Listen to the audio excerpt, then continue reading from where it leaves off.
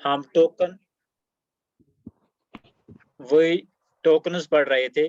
Token में हमने क्या क्या पढ़ लिया वो हम थोड़ा रिपीट करेंगे। एक तो हमने पढ़ा उसमें कीवर्ड्स पढ़े। Keywords are special words whose meaning has already been taught to the computer, whose meaning cannot be changed. दूसरा उसमें आता है आइडेंटिफायर्स, यानी एरे का। अस्सलाम वालेकुम सर। वालेकुम सलाम। दानिया आप सुनाई दे रहा है? जी सर, आप सुनाई दे रहे हैं। अभी तक मुझे बिल्कुल भी आवाज नहीं आ रही थी। ओके बाप, ठीक है। तो दूसरा हमने पढ़ा था उसमें आइडेंटिफायर्स, यानी क्लास का नाम, एरे का नाम, वेरिएबल का नाम वो हम खुद बनाते थे। उसमें फिर हमने रूल्स पढ़े कि वेरिएबल बनाते वक्त किन किन रूल्स का हमें फॉलो करना है। उसके बाद हमने पढ़े कॉन्स्टेंट्स। कॉन्स्टेंट्स वो एंटिटीज होती हैं जिनका वैल्यू चेंज नहीं होता है, वो कांस्टेंट कहलाते हैं। फिर हमने उसमें पढ़े, हमने इंटीजर कांस्टेंट्स, कैर कांस्टेंट्स और floating point constants, real constants पढ़े ना। ओके, उसके बाद हमने क्या पढ़ा याद है आपको? कांस्टेंट्स के बाद ऑपरेटर्स, ठीक है। उसके बाद हमने क्या पढ़ा? ऑपरेटर्स पढ़ा। Types of operator. हाँ, ऑपरेटर्स में हमने फिर उसके टाइप्स पढ़े। पहले हमने पढ़ा ऑपरेटर किस चीज को कहते हैं। ऑपरेटर से हम कोई ऑपरेशन करते हैं, एडिशन सब्ट्रैक्शन, चाहे वो लॉजिकल ऑपरेशन हो या कोई मैथमेटिकल ऑपरेशन, दोनों मैथमेटिकल ऑपरेशन और लॉजिकल ऑपरेशन ऑपरेटर से ही हम करते हैं। फिर मैं आपको समझाया था मैथमेटिकल ऑपरेशन क्या होता है और लॉजिकल ऑपरेशन क्या होता है। उसके बाद हमने पढ़ा था टाइप्स, है ना, टाइप्स ऑफ ऑपरेटर्स। उसमें हमने पढ़ा था यूनरी ऑपरेटर, यानी जिसमें एक ही ऑपरेटर होता है और वो एक ही ऑपरेंड होता है। एक ही ऑपरेंड और एक ही ऑपरेटर, उसको कहते हैं यूनरी ऑपरेटर, ठीक है। फिर हमने उसके बाद पढ़ा था, याद करो, बाइनरी ऑपरेटर्स, जिसमें दो ऑपरेंड होते हैं और एक ऑपरेटर होता है। वो मैं आपको समझाया ऑपरेंड किसे कहते हैं और ऑपरेटर किसे कहते हैं, है ना, ठीक है। तो आज हम पढ़ने जा रहे हैं उस बाइनरी में। हमने फिर पढ़े उसके अंदर सब, उसमें उसके अंदर हमने फिर पढ़े, उसमें आते हैं बाइनरी ऑपरेटर में आते हैं ये अरिथमेटिक ऑपरेटर्स, रिलेशनल ऑपरेटर्स और लॉजिकल ऑपरेटर्स। अरिथमेटिक ऑपरेटर में हमारे वहां आते हैं, अरिथमेटिक ऑपरेटर सब के सब बाइनरी ऑपरेटर हैं। उनमें आते हैं एडिशन, सब्ट्रैक्शन, मल्टीप्लिकेशन, डिवीजन, और एक उसमें अलावा आता है जो मैथ में नहीं है, वो है मॉडल्स ऑपरेटर, परसेंट। अगर आपने पढ़ा होगा, आपको याद आया होगा, कहाँ पढ़ा था हमने वो। ओके, उसके बाद क्या पढ़ा था? उसमें हमने पढ़ा फिर उसके बाद logical operators, sorry relational operators. Relational operators में आते हैं less than, greater than, less than, equal to, greater than, equal to and not equal to, है ना। उसके बाद हमने पढ़ा था लॉजिकल ऑपरेटर्स। लॉजिकल ऑपरेटर्स में हमारे आते हैं क्या क्या आते हैं? लॉजिकल एंड लॉजिकल नॉट, ठीक है। लॉजिकल एंड, लॉजिकल और भी आता है उसमें, लॉजिकल और एंड लॉजिकल नॉट, ठीक है। तो आज हम पढ़ने जा रहे हैं third type of the operator, that is called ternary operator. तो टर्नरी से हमें पता चलता है जिसमें कितने होंगे, जिसमें तीन ऑपरेंड्स होंगे, जिसमें तीन ऑपरेंड्स होंगे। जब तीन ऑपरेंड्स होंगे तो नतीजे के तौर पर उसमें कितने ऑपरेटर लग सकते हैं? हाउ मेनी ऑपरेटर्स वो यूज देन? दो, इनके बीच में कितने आएंगे ऑपरेटर? दो आएंगे ना। जैसे दो के बीच में एक ऑपरेटर आता है, हियर मी,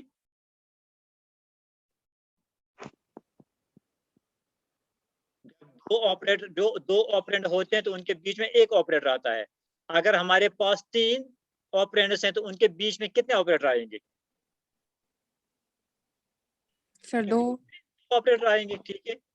जिनमें हम तीन ऑपरेंड और दो ऑपरेटर इस्तेमाल करते हैं उनको कहते हैं टर्नरी ऑपरेटर्स। क्या कहते हैं?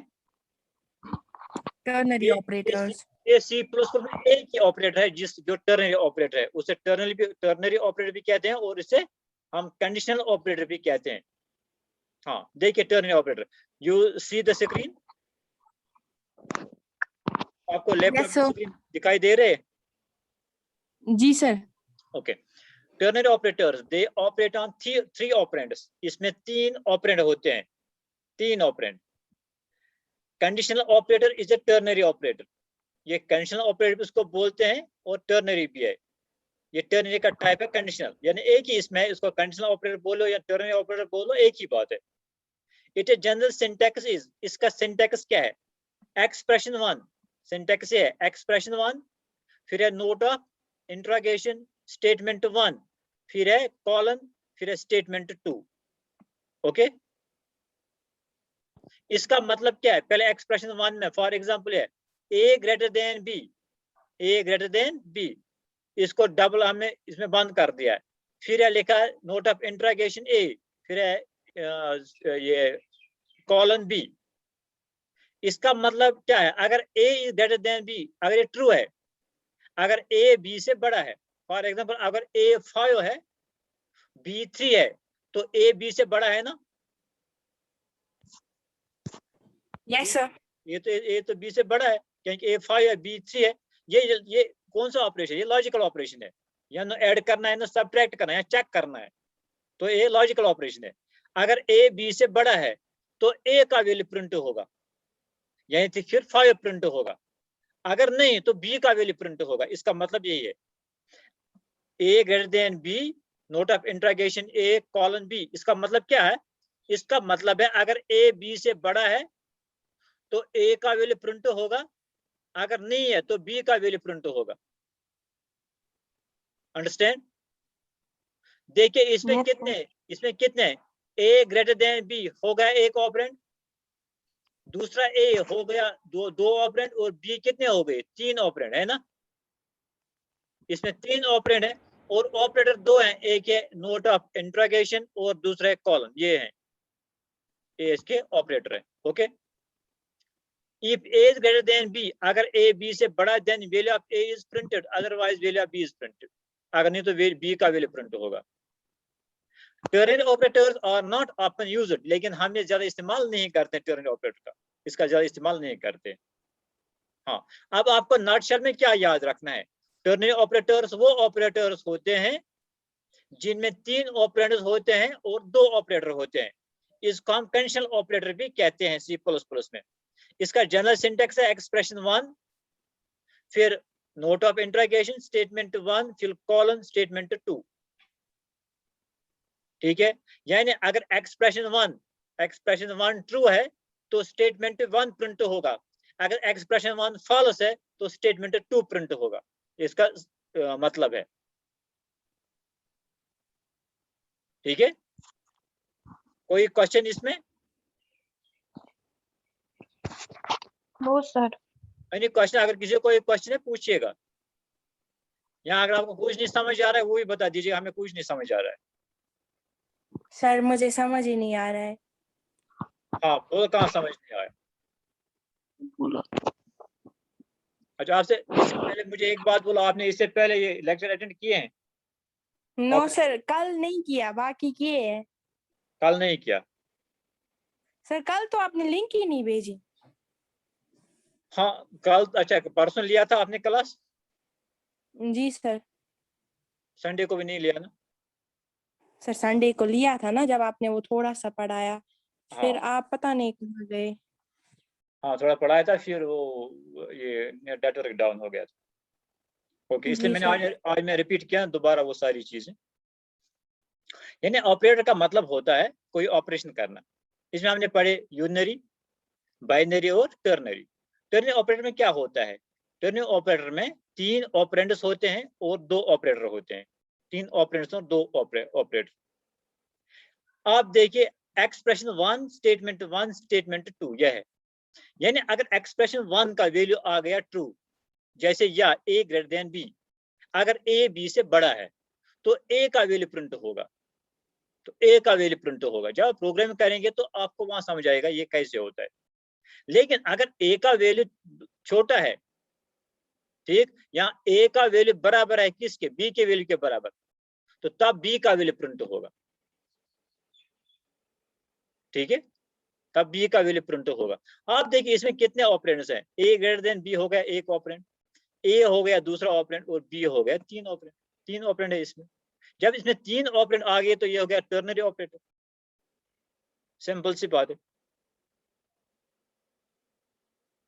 बोलो आप क्या समझ नहीं आया जी? और कोई कंफ्यूजन किसी को? No sir. सिंपल है, इसमें तीन ऑपरेंड होते हैं, दो ऑपरेटर होते हैं। अगर एक्सप्रेशन वन में जो वैल्यू है अगर ट्रू होगा तो स्टेटमेंट वन प्रिंट होगा, अगर वो फॉल्स है एक्सप्रेशन वन का वैल्यू तो स्टेटमेंट टू प्रिंट होगा। ओके हम आगे, हाँ इसमें एक और टोकन आता है स्ट्रिंग्स, स्ट्रिंग एक और टोकन आता है। जैसे मैंने लिखा था फॉर एग्जांपल, मैं यहाँ लिखूंगा नीचे, यहाँ C+ प्रोग्राम एक लाइन लिखूंगा, आपको मत जाए, मैं सिखाने की कोशिश करता हूँ आपको। ये ऐसे C+ प्रोग्राम लिखते हैं, कि मैंने लिखा we are learning C++, we are learning C++, ठीक है। ये आप ये देखिए जो डबल कोट्स में यहाँ से यहाँ तक है, डबल कोट्स मैंने डाला, ये यहाँ से यहाँ तक, ये स्ट्रिंग है। What is this? This is string. बात आगे समझ में? यानी कोई भी चीज C++ प्रोग्रामिंग में कोई भी चीज जो डबल कोट्स में होगा वो स्ट्रिंग कहलाता है, दैट्स कॉल्ड स्ट्रिंग। आप देखिए ये C++ का स्टेटमेंट है, यहाँ से यहाँ तक C++ का स्टेटमेंट है, यानी सी आउट लेस देन, फिर है डबल कोट, फिर है वी आर लर्निंग C++, फिर डबल कोट क्लोज, फिर सेमीकोलन। आप देखिए इसमें ये सारे के सारे टोकन है। पहले सी आउट कीवर्ड है, क्या है सी आउट? सी आउट क्या है? सी आउट कीवर्ड है, सी आउट इज कीवर्ड, ये कीवर्ड है, ठीक है, क्या है कीवर्ड। इसके बाद बोले मुझे दूसरा इसमें है लेस देन, ठीक है, ये लेस देन भी कीवर्ड है, इट इज आल्सो कीवर्ड, ये भी कीवर्ड है, हो गई। इसके बाद हमारे पास है डबल कोट्स में, ये डबल कोट, फिर वी आर लर्निंग C++,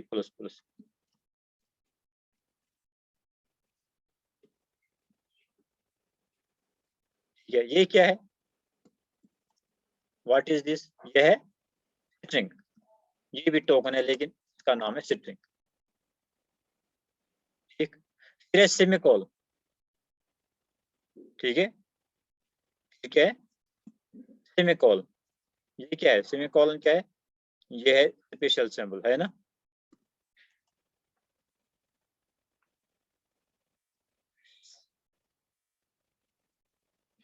ये स्पेशल सिंबल, ये है, ये भी एक टोकन है, ये स्पेशल सिंबल। यानी जो कुछ भी हम लिखते हैं इसमें दे आर टोकन्स, प्रोग्राम जो कुछ भी हम लिखते हैं दे आर टोकन्स। अब हमने यहाँ पढ़ना स्ट्रिंग, स्ट्रिंग क्या है? C++ में जो भी आप इन डबल कोट्स के दरमियान लिखते हो इसको स्ट्रिंग हम बोलते हैं, इसको हम स्ट्रिंग बोलते हैं। बात आगे समझ में? C++ में जहां भी आप जो कुछ भी आप डबल कोट्स के दरमियान लिखते हो इसको हम बोलते हैं स्ट्रिंग। हाँ, इसकी डेफिनेशन क्या है? अगर एग्जाम में पूछी जाएगी इसकी डेफिनेशन क्या है तो आप क्या लिखोगे? It is sequence of characters, it is sequence of characters, ये कैरेक्टर्स साथ साथ होते हैं, enclosed with in double quotes, जो डबल कोट्स में बंद होते हैं। ये जरूरी नहीं कि इतनी वी आर लर्निंग सी इतनी बड़ी होगी, ये एक ही किसी वक्त एक ही वर्ड, जैसे कंप्यूटर मैंने यहाँ लिखा, ये क्या लेगा? कंप्यूटर, ये क्या है? कितने वर्ड है? एक वर्ड है, ये भी स्ट्रिंग है, ठीक है। अगर डबल कोट्स में एक ही वर्ड होगा वो भी स्ट्रिंग है, एक ही कैरेक्टर होगा डबल कोट्स में, अगर एक ही कैरेक्टर होगा डबल कोट्स में तो वो भी क्या कहलाता है? वो भी स्ट्रिंग कहलाता है, ठीक है। फॉर एग्जाम्पल अगर मैं ऐसे लिखूं, यहाँ ऐसे लिखूं मैं CHR केयर ARR, फिर 10, फिर लिखूं मैं इक्वल टू C, सिर्फ C, ठीक है, सेमीकोलन डाल दो। C भी इस वक्त क्या है? What is C? C भी इस वक्त क्या है? ये भी एक स्ट्रिंग है। क्या किस में बंद है? डबल कोट्स में बंद है। आप मेरी बात सुन रहे हो? Yes, sir. ठीक है, ये डबल कोट्स में जो कुछ भी C प्लस प्रोग्रामिंग में जो कुछ भी डबल कोट्स में क्लोज करते हैं उसको बोले, इसको स्ट्रिंग बोलते हैं। That is called string. Okay, it is terminated by null character. अब स्ट्रिंग कहाँ खत्म होती है? अब स्ट्रिंग खत्म कहाँ होती है? यानी इसके लास्ट में लगता है नल कैरेक्टर। क्या लगता है? Null character, Null. यानी \0। फॉर एग्जाम्पल मैंने लिखा यहाँ कंप्यूटर। क्या लिखा? कंप्यूटर। अब कैसे इसको पता चलेगा? अब कैसे पता चलेगा कि स्ट्रिंग खत्म हो गई? कंप्यूटर कैसे पता चलेगा स्ट्रिंग खत्म हो गई? एक ऐसे बन जाएगा, पहले C आएगा, ठीक है, एक मिनट में चेक करते हैं टेबल।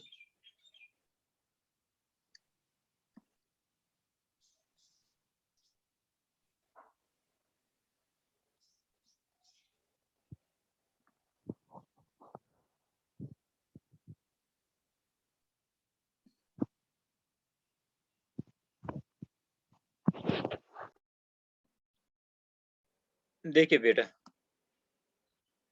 मैंने ऐसा लिखा, ये लिखा ऐसे बन जाती कंप्यूटर में। पहले में क्या आएगा? C आ गया, C। दूसरे में क्या आ गया? O, ठीक है। जिसमें क्या आ गया? M। चौथे में क्या आएगा? P। इसमें क्या आएगा? U। फिर क्या आएगा? T। फिर क्या आएगा? E। फिर क्या आएगा? R। अंडरस्टैंड? आ गया R। लेकिन इसके बाद खत्म होता है तो इसके लास्ट में क्या आएगा? यहाँ \0। कंप्यूटर को पता चलता है, कंप्यूटर को पता चला यहाँ स्ट्रिंग खत्म हो गई। Understand me? यानी जो भी स्ट्रिंग होगी इसके लास्ट में क्या सर होगा? ये खुद आएगा या फिर हमें डालना पड़ता है यहाँ से? तो ये अगर हम खुद इनिशियलाइज करते हैं तो डालना पड़ता है, तो अगर नहीं डालेंगे खुद डालता है। हम खुद भी डाल सकते हैं, अगर हम नहीं डालेंगे तो फिर कंप्यूटर खुद डालता है इसमें। ठीक है? ठीक है सर। ओके, अब हम यहाँ लिख, देखिए इसमें आप मुझे, इसमें वी आर लर्निंग C++, इसमें कितने नल कैरेक्टर होंगे आप मुझे बता सकते हैं? देखिए पहले W आएगा, आएगा कि नहीं आएगा? फिर यानी इसको मैं डिलीट करता हूं, देखिए ये C को मैं डिलीट करता हूं, ये O भी। आपने ये देखा कैसे आ गया?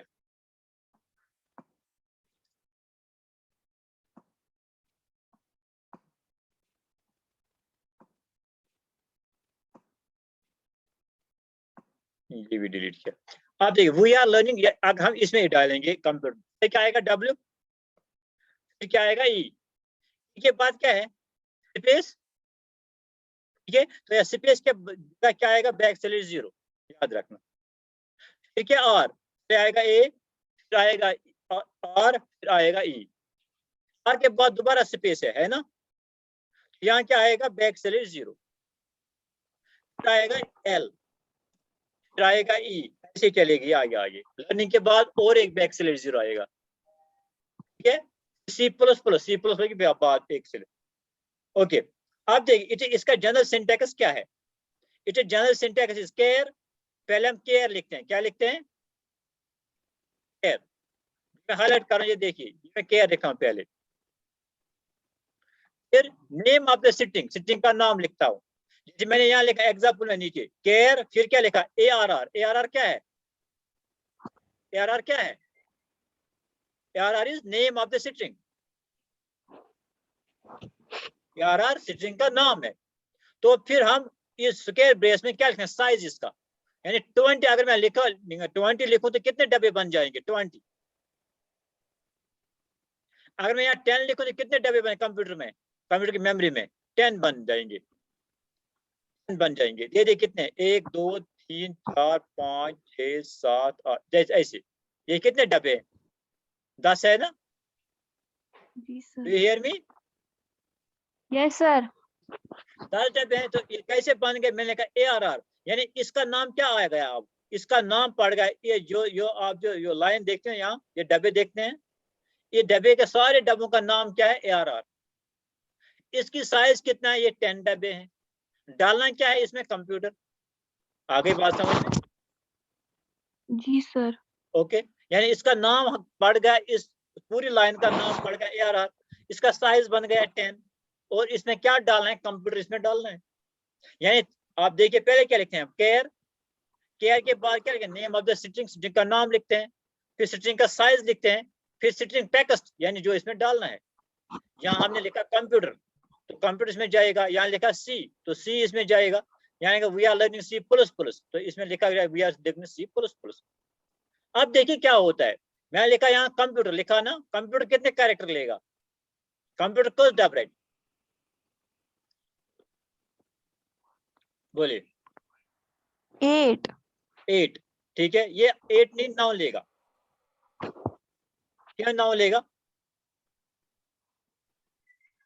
8 इसका अपने है, लेकिन लास्ट में क्या आएगा इसमें? \0, जिसे टर्मिनेट होगा, खत्म होगा, है ना? जी सर। तो कितने आ गए? 9। इसमें 9। अब 9 तो इस्तेमाल हो गया, अब एक डब्बा रह गया ना, वो जाया हो गया, वो इस्तेमाल नहीं रह गया, ठीक है? वो कोई इस्तेमाल नहीं कर सकता है। यानी साइज हम उसी हिसाब से देते हैं जितना हमें चाहिए, जितनी हमें जरूरत होगी। देखिए यहाँ सी केयर ARR 10C, यहाँ कितने कैरेक्टर हैं? एक C है ना? ये कितनी जगह लेगा? 1 2 ना, दो, एक तो खुद और \0 2 लेगा। बचे कितने डब्बे? 8। 10 में से 8 बच गए, है ना? जी। तो वो जाया हो गए। यानी हम इतनी साइज जितनी हमें जरूरत होगी, ठीक है? यहाँ कितने होंगे? यहाँ 1 2 3 4 5 6 7 8 9 10 11 12 13 14 15 16 17 18 19 20। ये 20 है, ये 20 जगह लेगा। देखिए कैसे, इसमें कितने लेटर्स हैं? सारे लेटर्स कितने? सर किसमें? वी आर लर्निंग C++, इसमें कितने हैं सारे?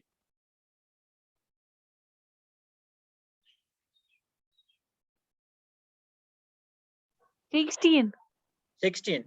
ओके, W के बाद स्पेस है, कितने हो गए? 18। R के बाद स्पेस है, कितने हो गए? 19। लर्निंग के बाद स्पेस है, कितने हो गए? 20। C++ के बाद और स्पेस आएगी, कितने हो गए? 21। कितना साइज इसका लेगा? 21। लेकिन हमारे पास कितने एरे है? 10 की। गुड, यानी राइट, ये 10 ये लेगा, लेकिन जो बाकी हैं वो नहीं लेगा, वो खत्म हो जाएंगे, क्योंकि उनके लिए जगह ही नहीं है। Understand me? Yes sir. Okay, तो दूसरा तरीका हम ऐसे लिखते हैं। फॉर एग्जांपल मैं अगर लिखूंगा यहाँ CIDR केयर ARR 10C, अगर मैं 10 यहाँ नहीं दूंगा, ऐसे लिखूंगा, ऐसे भी लिख सकता हूं मैं, केयर ARR फिर square brace equal to C। इसे क्या फायदा है मुझे? ये खुद साइज देखता है, इसका साइज कितना है? C का साइज 2 है, एक C और \0, ठीक है? तो 2, ये 2 ही सेल्स बनाएगा, फिर बनाए 5 Z सेल। अगर योर साइज देम तितने तीसरे सेल, अगर कहाँ साइज देम ना, ठीक, तो खुद सेल्स बनाएगा जितनी इसकी जरूरत होगी। अंडरस्टैंड? जी सर। ठीक है, इसमें आप ज्यादा डीप नहीं जाना है, आपको सिर्फ याद रखें इसकी डेफिनेशन। इसके अलावा और इसमें क्या आता है? बैक स्पेस आती है, इसमें आती है वाइट स्पेसेस। C++ प्रोग्रामिंग में क्या आती है? White spaces. वाइट स्पेस में क्या आती है? स्पेस, ठीक है? और इसमें आता है टैब हम देते हैं, वो भी इसमें आता है। हम न्यू लाइन देते हैं, वो भी इसमें आते हैं। किसमें? बैक स्पेस, उसमें वाइट स्पेस। यानी कुल मिला के फिर बन जाते हैं, इट इज कॉल्ड टोकन। यानी जो कुछ भी हमने लिखते हैं वो कोई ना कोई टोकन जरूर होगा, या वो स्ट्रिंग होगा, या आइडेंटिफायर होगा, या कीवर्ड होगा, या कांस्टेंट होगा, या वाइट स्पेस होगी। आई होप आपको समझ आया होगा आज का lecture.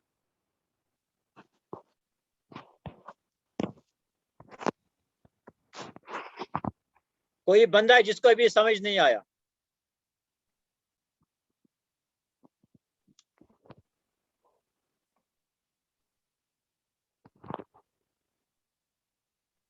Thank you, Allah Hafiz. Thank you sir.